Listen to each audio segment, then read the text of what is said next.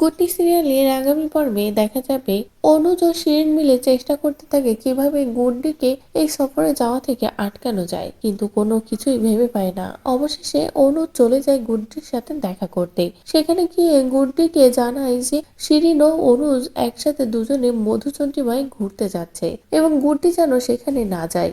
এদিকে গুড্ডি বলে, স্যারজি, প্রথমত আমি জানতাম না যে আপনি আর আপনার বউ মধুচন্দ্রিমায় যাচ্ছেন। তখনই অনুজ বলে, এখন তো জানতে পারলে, তাহলে যাওয়াটা ক্যান্সেল করে দাও না। তখনই গুড্ডি বলে, কি জন্য? আপনি আপনার বউকে নিয়ে ঘুরতে যাচ্ছেন, তার কারণে আমি কেন আমার এডুকেশন এক্সকারশন ক্যান্সেল করব? কোন অধিকারে আপনি আমাকে এই কথাটা বলছেন? যেটা শুনে তো অনুজ আর কোনো কথাই বলতে পারে না।